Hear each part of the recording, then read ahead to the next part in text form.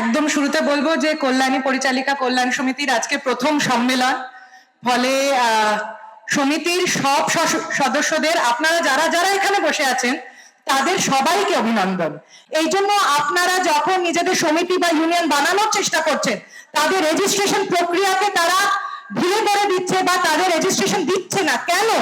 কেন কি তারা বোঝেন যে কি এটা এমন একটা কাজ যেটা অত্যন্ত জরুরি কাজ, আর এই কাজ যারা করছেন তারা যদি একজোট হয়ে যায় তাহলে কিন্তু বিপদ আছে। পরিচালিকা দিদিদের বিভিন্ন বাড়িতেই বাথরুম ব্যবহার করতে দেওয়া হয় না, সব মানে মোটামুটি ম্যাক্সিমাম বাড়িতেই হচ্ছে ভাঙা কাপে তাদেরকে চা দেওয়া হয় বা খুব খারাপ থালাতে তাদেরকে খেতে দেওয়া হয়। এই প্রশ্নগুলো তো আসলে হচ্ছে সমাজে খেটে খাওয়া মানুষের কি স্বীকৃতি রয়েছে, তাদের কি অবস্থান রয়েছে সমাজে, মধ্যবিত্ত সমাজ, উচ্চবিত্ত সমাজ তাদেরকে কিভাবে দেখে। বাকিরা আপনাদের কাজের স্বীকৃতি তখনই দেবে যখন আপনারা নিজেদের কাজের স্বীকৃতি নিজের কাছে বুঝতে পারবেন যে কতটা গুরুত্বপূর্ণ কাজ আপনারা যারা এখানে বসে আছেন করেন। শ্রেয়া ঘোষ নারী আন্দোলনের কর্মী এবং দিল্লিতে যারা পরিচারিকার কাজ করেন তাদের সংগঠিত করার ক্ষেত্রে অত্যন্ত ভূমিকা রেখেছে। শ্রেয়া একটু চলে আসবে। ধন্যবাদ। আর একদম শুরুতে বলবো যে কল্যাণী পরিচালিকা কল্যাণ সমিতির আজকে প্রথম সম্মেলন। ফলে সমিতির সব সদস্যদের, আপনারা যারা যারা এখানে বসে আছেন তাদের সবাইকে অভিনন্দন যে এই আজ এখানে অব্দি একটা সমিতিকে নিয়ে আসা কিন্তু চারটিখানি কথা নয়, এটা একটা বড় ব্যাপার। নানান জায়গায় চেষ্টা করা হচ্ছে, আপনারা প্রথম সম্মেলন করতে সফল হয়েছেন। আজকে এখানে যতজন বসে আছেন তার দ্বিগুণ লোক বাইরে নিজেদের সদস্যতার ফর্ম ভরছেন, তার মানে সমিতির সদস্যতা নিতে তারা ইচ্ছুক। তার মানে একটা বড় পরিমাণ মহিলারা আজকে যারা গৃহশ্রমের সাথে যুক্ত, তারা স্বেচ্ছায় একটা সমিতি গঠন করেছেন, তারা একটা সরকারি স্বীকৃতিও পেয়েছেন। ফলে আপনাদের সবাইকে, যারা এখানে আছেন এবং যারা বাইরে সদস্যতা প্রক্রিয়ায় ফর্ম ভরছেন, আপনাদের সবাইকে সবচেয়ে প্রথমে আমার দিক থেকে অভিনন্দন। প্রথম হাততালি তো নিজেদের জন্যই বাজানো উচিত আজকে প্রথম সম্মেলনের জন্য। দ্বিতীয় যে কথা থেকে শুরু করতে চাই সেটা আপনাদের সভানেত্রীরই কথা। আপনাদের আবার সেই প্রশ্ন আপনাদেরই করব, সেটা হলো আপনারা যারা নিজেদের বাড়িতে কাজ করেন, সেই কাজ যদি দুদিন বন্ধ করে দেন আপনারা, সেই ঘর কি চলবে? হ্যাঁ কি না? যে বাড়িতে আপনারা কাজ করেন, যে বাসা বাড়িতে আপনারা কাজ করেন, রান্নার কাজ করেন বা সাফ সাফাইয়ের কাজ করেন, দুদিন, এক সপ্তাহ বলবো না, দুদিন সেই কাজ যদি আপনারা সেই বাড়িতে না করেন, সেই বাড়ি কি চলবে? চলবে না। সেই বাড়িতে যারা থাকেন তারা যেখানে গিয়ে কাজ করেন, তারা কি সেখানে গিয়ে কাজ করতে পারবেন? পারবেন না। তার মানে আপনারা কাজ করছেন বলে অনেকে ফ্যাক্টরি অফিসে দপ্তরে গিয়ে কাজ করছে। আপনারা যদি কাজ বন্ধ করে দেন, আজকে কিন্তু বড় বড় ফ্যাক্টরি দপ্তরেরও কাজ বন্ধ হয়ে যাবে, ঠিক কি না? তাই তো?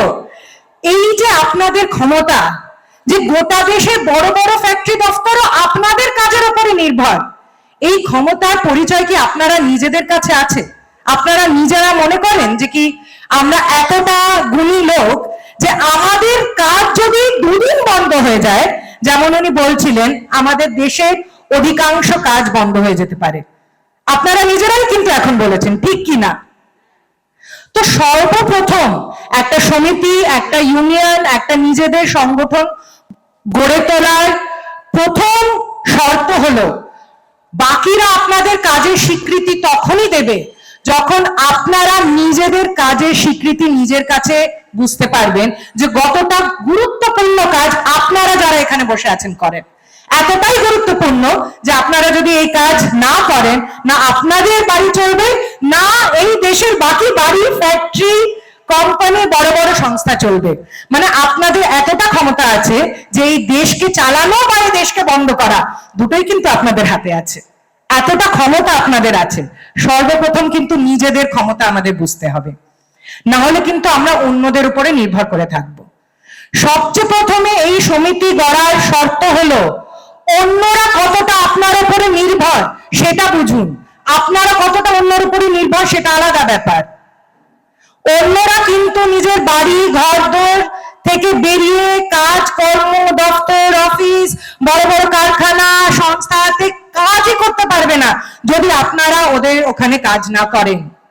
ফলে সর্বপ্রথম শর্ত এই সমিতির যে আমরা কতটা গুরুত্বপূর্ণ কাজ করছি।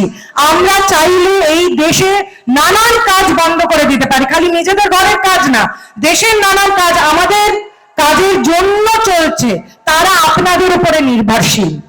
ফলে আজ যখন আমরা সমিতি গঠন করছি, সর্বপ্রথম এটা বোঝা দরকার যে আমাদের নিজস্ব ক্ষমতা কি।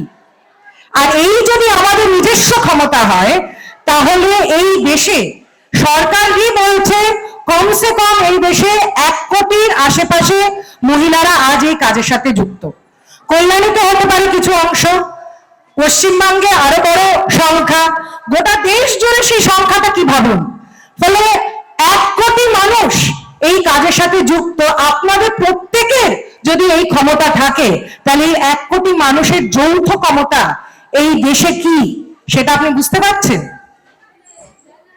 আজ আমাদের দেশে যে সরকারি আঁকড়া, তারাই বলছেন যে একটা বড় অংশ মহিলারা কৃষি কাজের সাথে যুক্ত, কিন্তু গায়ের বাইরে যে মহিলারা থাকেন কৃষি কাজের সাথে যুক্ত তো একটা বড় অংশের মহিলা ঠিকই, কিন্তু তার বাইরে যদি আজকের সময় কোনো একটা কাজে বেশিরভাগ মহিলারা অংশগ্রহণ করছেন, সেটা কিন্তু গৃহ পরিচালিকাদের কাজ। ফলে এটা অতটাই গুরুত্বপূর্ণ কাজ, এবং এই কাজে অত সংখ্যক মানুষের আজকে, অত সংখ্যক মহিলারা আজকে যুক্ত হচ্ছেন। ফলে আপনাদের সেই যুক্ত ক্ষমতাটা কিন্তু আপনাদের বুঝতে হবে, না হলে কিন্তু কিছুই হবে না। আরেকটা আপনাদের কথা বলি, কথা এখন এসছে যে কি সরকার নানান শ্রমিকের পরিচয় দিচ্ছে, কিন্তু আমাদের দিচ্ছে না। যারা গৃহ পরিচালিকা তাদের সরকারি স্বীকৃতি দেওয়া হচ্ছে না, নানান অন্যান্য কাজে স্বীকৃতি দেওয়া হচ্ছে। এর কারণ কি মনে হয়? কি মনে হয় আপনাদের? সরকার আপনাদের দেখতে পাচ্ছে না তা তো নয়, 1 কোটি মহিলাদের সরকার দেখতে পাচ্ছে না, এতটাও ভুলভাল সরকারকে মনে করা উচিত না। তার একটা বড় কারণ হলো এই 1 কোটিটাই। এত বড় সংখ্যক মহিলারা যদি এই দেশে একজোট হয়ে যায়, সেই একতা থেকে কিন্তু সরকারও ভয় পায়। ফলে সরকারও চেষ্টা করছে যাতে আপনারা একজোট না হন, এই জন্য আপনাদের কাজের স্বীকৃতি দেওয়া হচ্ছে না।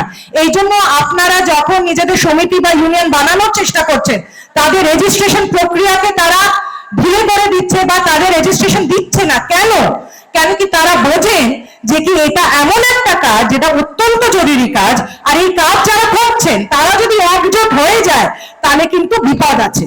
তাহলে কিন্তু এরা নিজেদের দাবি দাবায় যদি রাস্তায় নামে, তাহলে দেশও বন্ধ আর আমাদের রাস্তাও কম পড়বে, এটা এত বড় সংখ্যা মহিলাদের। ফলে ওরা কিন্তু আপনাদের থেকে ভয় পায়, ওরা কিন্তু বুঝছে যে কি আপনাদের কাজ কতটা গুরুত্বপূর্ণ কাজ। ফলে আগে তো আমাদের বুঝতে হবে আমাদের কাজ কতটা গুরুত্বপূর্ণ কাজ। ফলে এই সমিতি, আবারও বলছি, সমিতি বা দেশের যে কোনো মহিলাদের বা গৃহ পরিচালিকাদের ইউনিয়ন করার শর্ত হলো আমরা বুঝি যে আমাদের একতাতে কতটা দম আছে, যে আমরা নিজেদের বাড়ি কেন, অন্যান্য অনেক বাড়ি, কল কারখানা, দেশের নানান সংস্থায় চলে আমাদের দমে, আর সেটা কিন্তু সরকার বুঝছে। এখন দরকার আপনারা নিজেদের দমটা বুঝুন।